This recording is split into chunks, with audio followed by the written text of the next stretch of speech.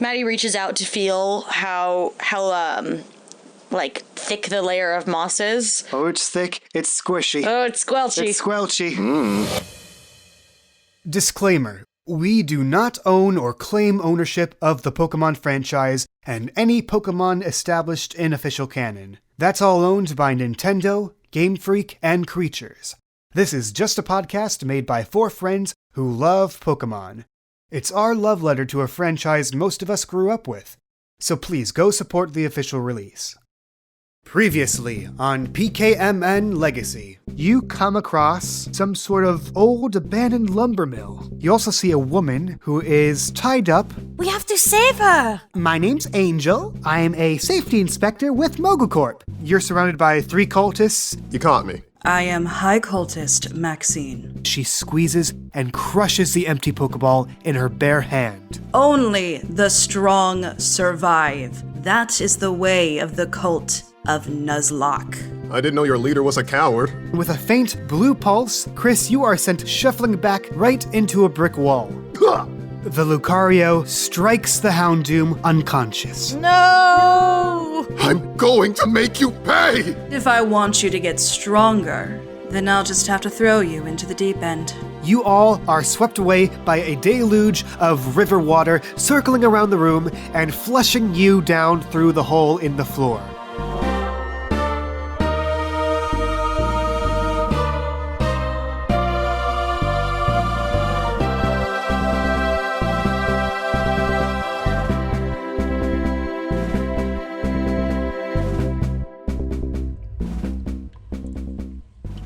Velma, you are the first to wake up. You find yourself in the dark, in a feeling of being suspended in place. You can't feel the floor.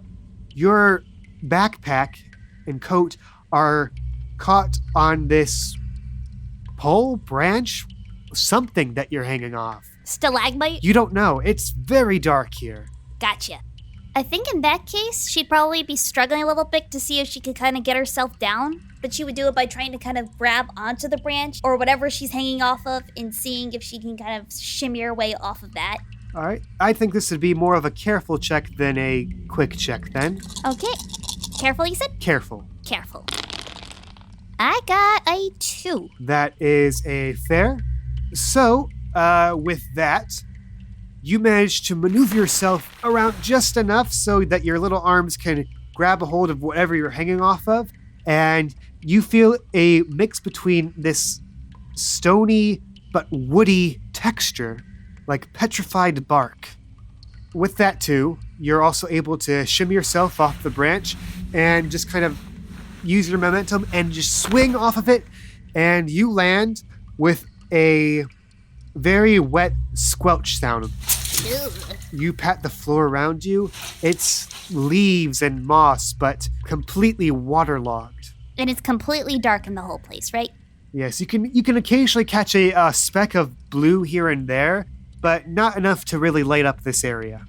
But you are now off the branch, and you have access to your stuff. Cool. In that case, I think... Can I bring out one of my Pokemons? You sure can. Velma's gonna bring out Minion right now. You reach into your bag and you feel around and you eventually find the familiar Pokeball that Minion is in. As you release him out, the light illuminates the area for a second, just enough to get your surroundings as Minion pops out. And with the quick glimpse of everything around you, you are in some sort of underground cave chamber, but it is very damp with pools of stagnant water here and there, and a whole lot of moist foliage. I'm talking huge beds of moss and leaves and grass and underbrush, and you look around you just for that brief second, and you see what you were hanging off of, this petrified tree growing underground. Fascinating. You also, with that quick glance, see what seems to be a humanoid-looking body slumped against a mossy rock in the distance of this chamber. Minion! Can I get your hand over here? Do you mind being my eyes for a second? He kind of lands on your head and using his mouth kind of like just gnaws on your hair in an attempt to guide you, Ratatouille style. I love it. All right, so I think I saw someone over there. Let's go check out, see who it is. I want to make another careful check with this. All right, You're in the dark. I mean, Minion's helping you out, so I think it's just a regular careful check. careful check. That's a mediocre. So it's a bit hard going. You occasionally bang your knee into some rotted tree stumps here and there. But eventually, you manage to blindly grope your way, with Minion's help, towards the body. It's still very dark to see who it is, without a light. Wait, I have a light on me. Basically the cell phone. And then she would see if it's in her pocket still. All right, you do rough around your pocket, and yes, there is your cell phone. And then she turns on that flashlight app to see who she's found. Okay. You do notice that as you use your phone, it is at pretty low power right now, maybe 10 or 9%. But your flashlight brightens the room, and in front of you is the unconscious body of Angel, the safety inspector that you rescued from the cult of Nuzlocke. Velma gives her a gentle jostle's like, hey, you still with us? Hello? Hello? Wake up! Don't kill me. I don't pay enough for this. Oh, thank Arkeesh, you're still alive. Oh, good. I am. Great. Cool. Great. Okay. Where are we? That is a very good question. From the looks of it, we got washed down from that hole in the middle of that room earlier. I think we're in some kind of cave biodome type deal. So that actually did happen. Okay. Good to know. Second question. What was all that back there? Our little rescue operation didn't go as planned. But we're still gonna get out of here. Oh, so you know how to get out of here then. Good. Okay. That's good. All right. Well, how hard can it be? Yeah. How hard could it be? And you see her get up. She's a bit weaker, maybe a little bruise here and there, but she, for all intents and purposes, is still in pretty good condition. So, Angel, was it? Yeah. I did not get your name. Velma. Velma, okay. Velma, nice to meet you. Likewise. You wouldn't happen to have anything like a flashlight with you, would ya? I think I left my phone in my truck. Hold on, let me just, and she ruffles around her uniform with a panic look on her face. Okay, good. Got my empty great balls, got my clipboard, and... Oh, thank goodness. And she pulls out a very plain-looking Pokeball. Good, Magpie's still here. That's good to know. All right. Magpie. Is that Pokemon or is that the name that she gives to the Pokemon? It's no Pokemon that you've heard of. Magpie, huh? Oh, yes. Hold on a second. And she presses the button on the Pokeball, and out pops a beaten and battered Magnemite, floating in the air. Oh, yes, this guy. I wonder. Velma pulls out her cell phone and she asks, you think he might be able to give me a little charge here? I don't think he's at full strength, but maybe. Could you do that for her, Magpie? Magpie hovers closer to your phone and sends out a spark of static energy that arcs towards your phone. The bar slowly crawls up to about 25-30%. Not much, but you assume maybe enough to get you out of here for the time being. Now we're talking. And with that, Magpie just slowly hovers back and lands in our arms and just rests there. Yeah, I guess you wouldn't be doing so well after that, would you? And she recalls him back into the Pokeball. Well, now that we got our light source again, let's see what we're working with. And she turns on the flashlight and moves it around to see what the environment they're in exactly is. So you see the same stuff you saw before, but in greater detail compared to the quick flash of Pokeball light. A lot of moss, mushrooms, and plant life embedded along these cave walls. You do notice that the specks of blue that you saw from before seem to be bouncing off of certain mushrooms and rock formations embedded on these walls and floors and around you. Right now, you're standing sort of in the lower part of this chamber, and it slopes up a bit past some roots and vines and towards a wall on a higher elevated area of this chamber where you see 2 tunnels going in opposite directions. Looks like we got 2 choices. We can either go down this tunnel, or we can go down that tunnel. Okay, so what's the right choice then? She tries to see if she can figure out if there's any kind of breeze or any kind of draft to guide him. So what she does is that she takes off her glove real quickly and she kind of gives her finger a quick lick to kind of see if she can detect where the wind's coming from. I want you to roll a clever check. All right. Okay, never mind. I rolled a -2. All right, that's a terrible. You hold it up to the air and try to wave it around, but you're still a bit wobbly from that whole incident from before. You slip on some wet pebbles and rocks and fall right over to your side. You do get a face full of water that's coming down from one of the tunnels and into the other tunnel. It kind of just rushes over your face, filling your mouth with this very stagnant tasting water.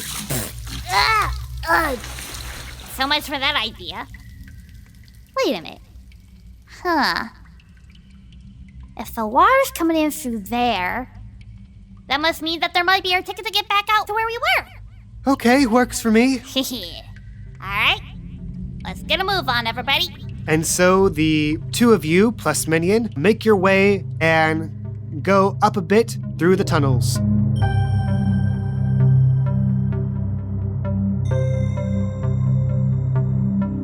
Yellow, KayVox here. Welcome to the pause menu. Hope you're enjoying the episode. It's been a long while since the last one, since we've been on our mid-season break. Not much to report right now. Just the basic stuff. The fact that we have a Patreon, and you should totally support us there if you can. For $2 and up, you get your name featured in the credits at the end of the video version of this podcast.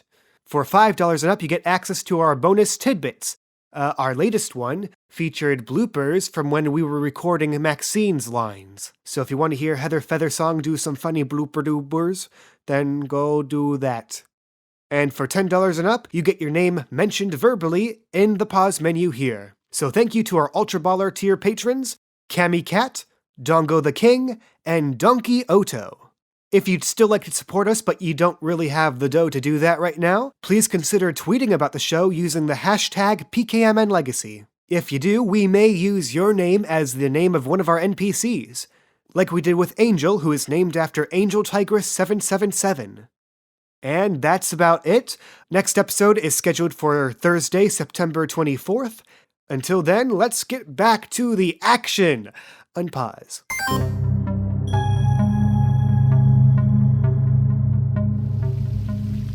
So, Madi, you stir to consciousness. It is very dark where you are. The only thing illuminating anything around you is this blue glow coming from what seems to be rocks or mushrooms, or it's hard to tell. You're still trying to, focus. What's happened? And as you try to get up, your elbow bumps into something and makes a nice little squelching sound. And it seems to be a very thick patch of moss, but it's waterlogged and it's really damp and saturated.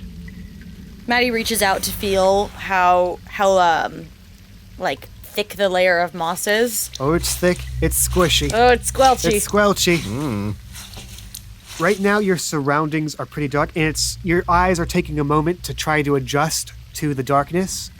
And eventually, you can make out a few things around you, like the faint light reflecting on what seems to be puddles all around this area, and on the edges of plants and moss and rocks. And in the distance, maybe about 10 feet away from you, you can make the faint outline of Chris slumped over a rock. She walks over to him slowly, seeing if he's okay, but she's still kind of hesitant. Are you okay? Are you alive?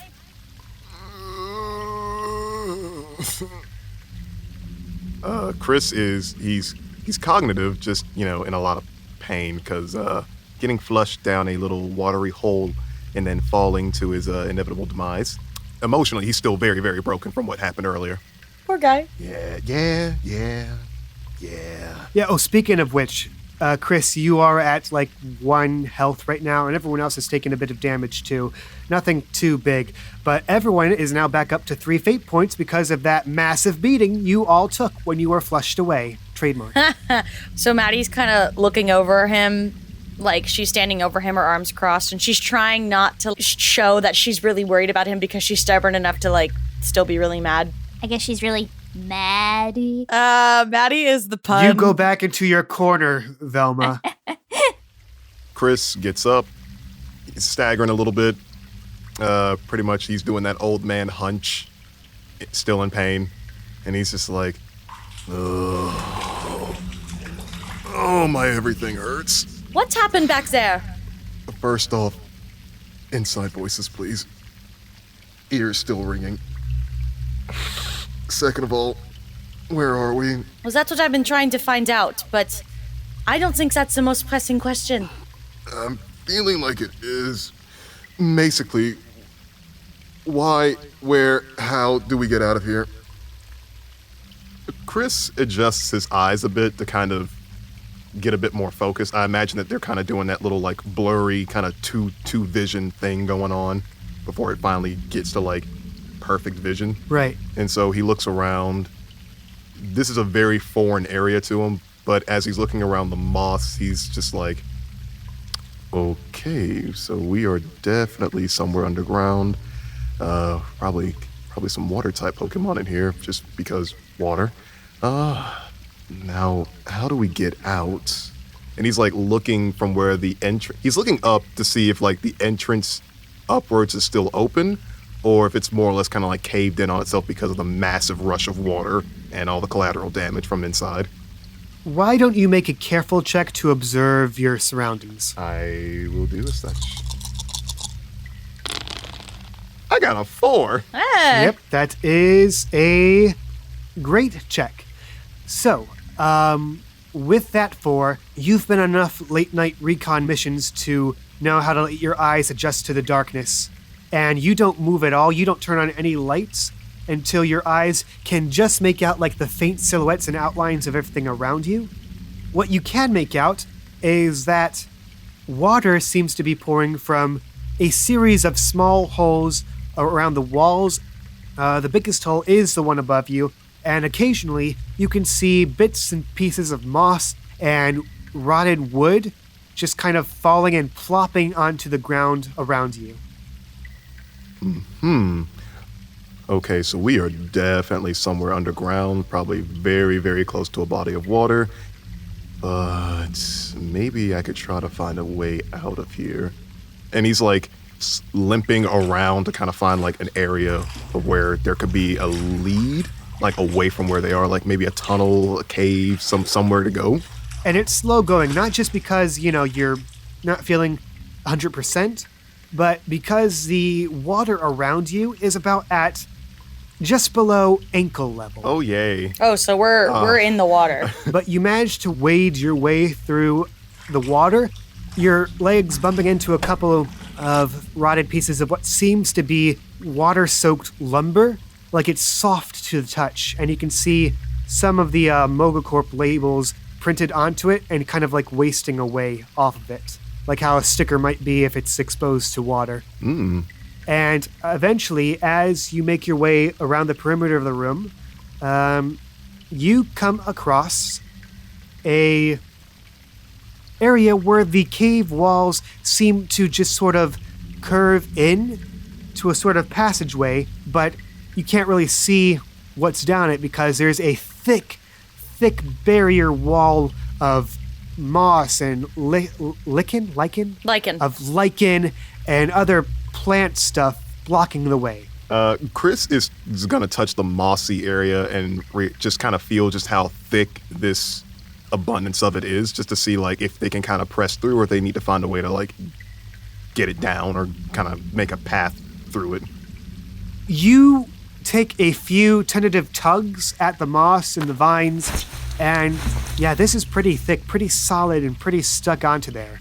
If you spent like a lot of time, you could probably carve up enough of it out of your way to get through, but you just know that there's a lot of it's on the surface level. You're not sure how deep it goes into this tunnel, and you don't know if there's maybe another way that might be safer. Like, if you were to try and, like, grab it, you might slip and fall, and that's the last thing you kind of need right now, looking at your battered body. This is true. This is very true. Well, I guess we could try to cut it down, but I don't know if we have anything or any Pokemon that could possibly do that. Burning is probably a very bad idea, you know. Inside a cave could possibly cause suffocation. This is not a good idea. Wonder what would be the best way to get this out of the way. And while he's rambling, meanwhile, Ariana, you can just make out a few things here and there. Can I burn them? Excuse me, can I burn them? You can certainly try. Maddie wants to just burn down the world. I haven't said anything yet. Maddie kind of looks at Chris, and she gives kind of a frustrated sigh. You know, like a... So Maddie takes out her Pokeball, and actually, without a word, she just sends Pyramp out. The light illuminates the cave a bit. The reflection of Lucille's beady eyes look up to you, and she gives you a little inquisitive... And Maddie kind of like makes a nod in the general direction of where Chris is looking, and she says, "Go use Ember over there," before Chris can say anything. And you can barely see it, but you can hear the sound of little tiny hooves wading through water, and you can hear just just an annoyed.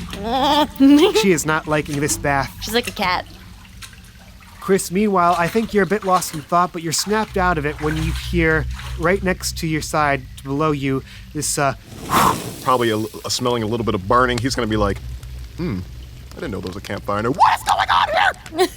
An ember illuminates the area, and you can see the Pyramp of Maddie's, and she's holding this ball of flame, and she pushes it, pressing her hands firmly against the plants, and she's looking very pleased with herself.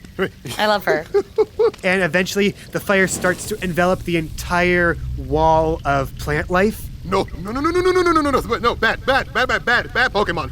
And like he's trying to like usher Lucille away. He's like, no, don't do that. Like, yeah, he's gonna try to pick her up. He's like, picks her up and he's like, no, we do not do that. Like, she is like struggling to get out of your arms. Like, no. I need you to make a forceful check. Oh boy. Boy, that is a 0. Chris, you've got very little HP. Yeah, You've got very little HP. This Lucille is still at half health and is much stronger than you realized at first. And she breaks free of your arms and bounces away from you.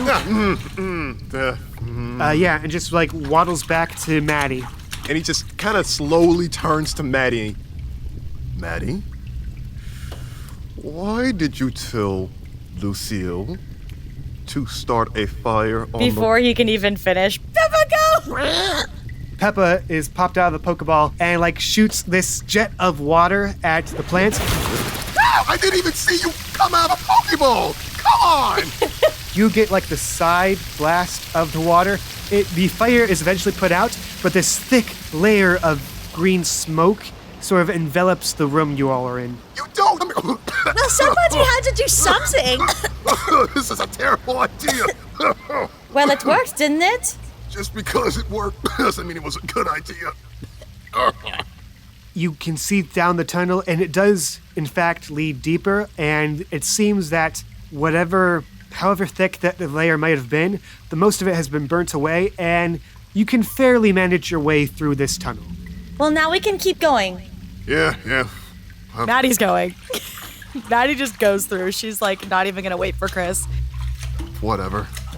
And the two of you walk deeper down into the tunnels with Peppa and Lucille by Maddie's side. They can sense that I'm angry.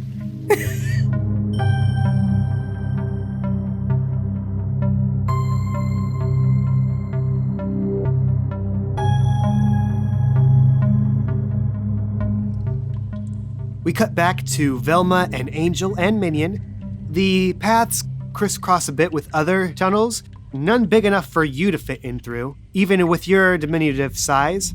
No offense. None taken. And you eventually open up to a bigger section of tunnels. With your light shining over the area, you see that you're sort of on an elevated path that sizzles around the perimeter of this chamber. Pillars here and there, like cut stalagmites or stalactites, whichever one comes from the floor. And on the other side, you see another exit up towards more tunnels where you see more water pouring out of. All right, I think that's the goal over there. Okay, you mind if I catch my breath for a bit? All right, let's take 5. Thank you. And she sits down on a particularly comfy bed of moss.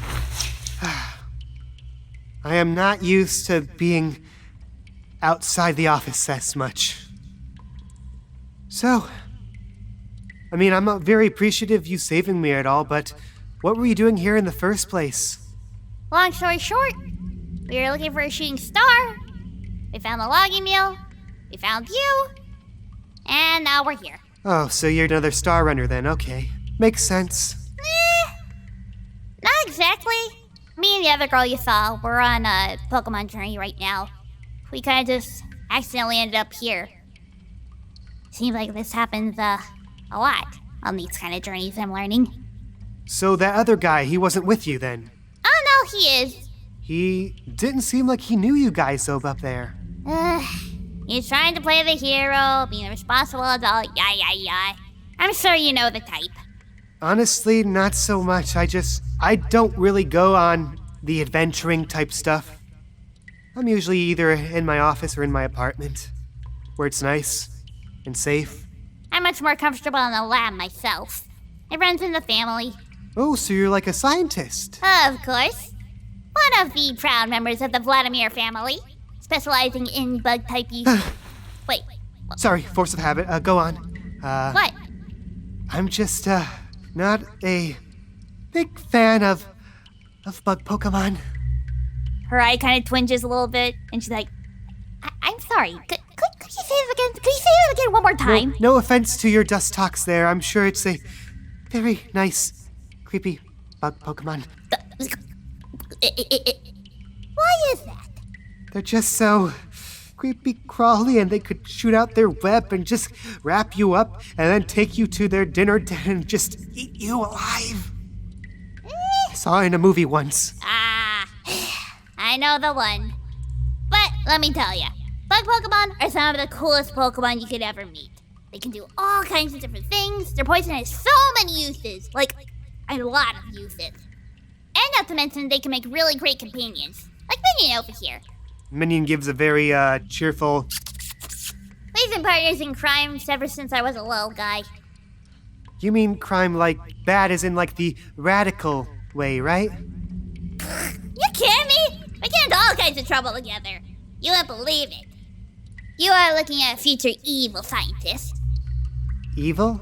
They got all the cool theme songs and everything, so you kind of gotta lean towards the evil route. You know what I'm saying, right? Oh, so it's like a branding thing. Exactly. Oh, I was about to say, like, you don't really seem like the evil sort of person. I mean, you did save me, so that kind of makes you a hero, doesn't it? I mean... But anyways, that's enough about me. What about you? There's not much to say about me. Well, this was supposed to be one of my first solo inspections, and it's turned out great so far, huh? Were you the one that put all that tape up out there? Yeah, that was put up here about a year ago when we first cordoned this whole place off. So, do you guys also handle the meteorites that come down? When we can. when we're not trying to compete with star runners to get there first to make sure it's cordoned off and safely dealt with. But usually they get there first because they want to claim it for themselves, take a chunk home, try to sell it. Ah, I see. And I'm just here to make sure that no one tries to wander into a condemned and abandoned lumber mill and gets hurt. Might be a little too late for that.